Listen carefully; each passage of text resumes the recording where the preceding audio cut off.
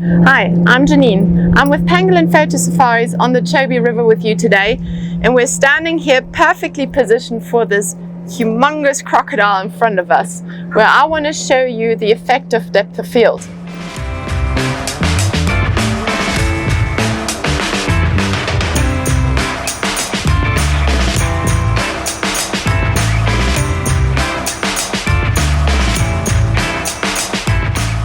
I think he's about 4 meters long. He's nice and big. He would definitely go for a big mammal on the shore, but he looks pretty full, fortunately. So I'm going to go down low to be on eye level with him. That way it's a more personal feel to the photograph rather than shooting down on top of him.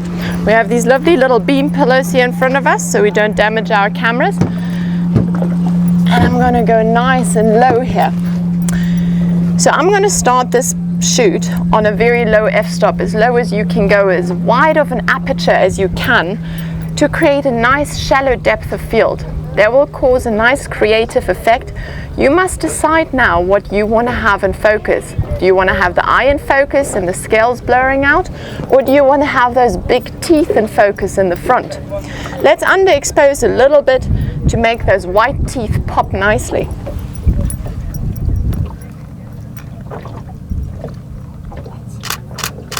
Alrighty, my focus points, it's nice and high on the eye, and I'm going to shift it down briefly to show you the effect on the nose.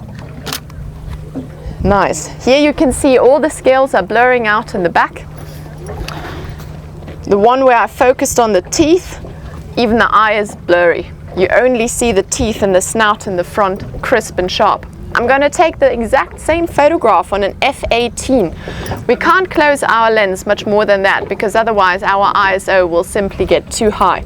So let's give it a try on f/18, same frame. First focusing on the eyes and then on the snout. And you will see that a lot more of the picture will be in focus. The scales, the nose, a lot more. So now it's up to you. Do you want a more realistic effect, or do you want that arty effect where everything is blurring out and you as a photographer direct the viewer's point of attention right to where you want to have it? Thanks for joining me today. I hope you enjoyed it. Please don't forget to subscribe and click on that little bell sign here at the bottom if you want to know when our next video is coming out. Thanks a lot.